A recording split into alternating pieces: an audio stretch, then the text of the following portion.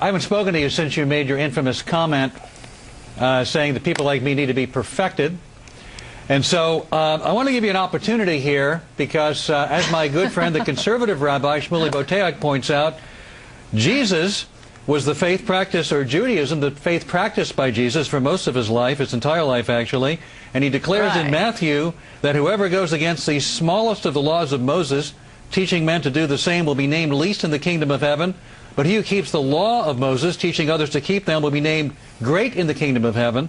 So, as Jesus said, the meek, not the rude and arrogant, will inherit the earth. So how about embracing one of the great Christian virtues, as Jesus discussed, humility, and apologizing to all those people you offended by that comment? For one thing, I guess I'm once again responding to the headlines you've read about me as opposed to what I actually said, because what you just quoted is precisely what I said, that Christians believe all of the Old Testament, that we consider our Testament the continuation, the Messiah you are anticipating in your Testament. And if you're going to go around citing all the people I have offended, Alan, I have 1,000 Orthodox rabbis supporting me. It appears to be the same people who hate Dennis Prager who are upset about my remarks. All of these organizations based on, being Jewish, being Muslim, being a woman, they represent Jews the way the National Organization for Women represents women.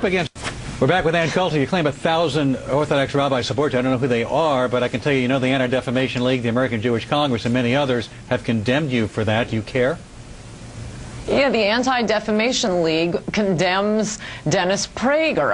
I wear it as a badge of honor. It's like citing the National Organization of Women to tell me how all women feel. The point is, this is the same old fight we see all the time with the irreligious trying to stir up trouble with the religious. Yes, godless liberals are upset that other people believe in God. This is the exact same thing we saw with George Bush speaking at Bob Jones University, and suddenly the New York Times was offended on behalf of Catholics because of some untoward remarks the original Bob Jones had made about the Catholic Church. Not as bad as what the New York Times had said about the Catholic Church, I might add.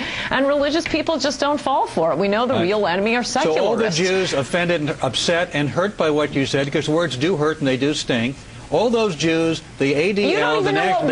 Let me get my question out. All of those people are irreligious. They lack religion, right, Ann? What we said. They lack religion, all those people? No, I'm saying what this fight is about. You don't even know what words I said based on what you apparently thought was contrary to something I had said. And I know exactly what you said. You don't want to own up to it. You don't want to acknowledge the reaction to it. I said that the New Testament is the continuation of the Old Testament. The Christians believe that Jews who practice the Old Testament go to heaven.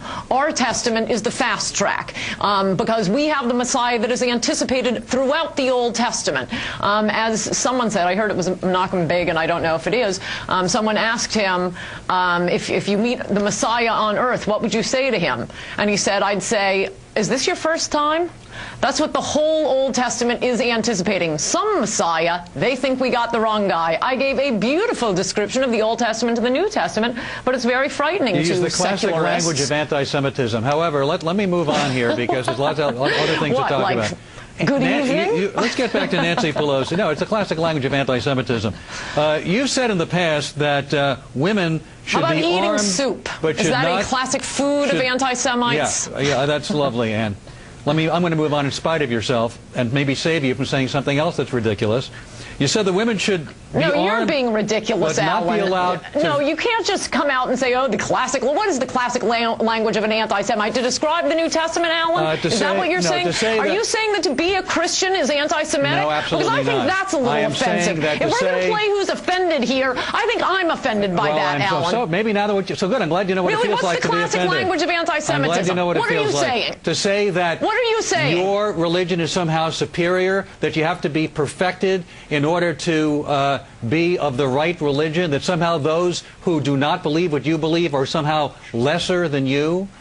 That's the implication, and that is classic anti-Semitism. I'm saying what anyone who actually believes a religion, rather than, oh, your last president, Bill Clinton, walking into the church carrying his 10-pound Bible, people who actually believe their religion believe it. That's part of being a Christian, that you actually believe Christianity is true.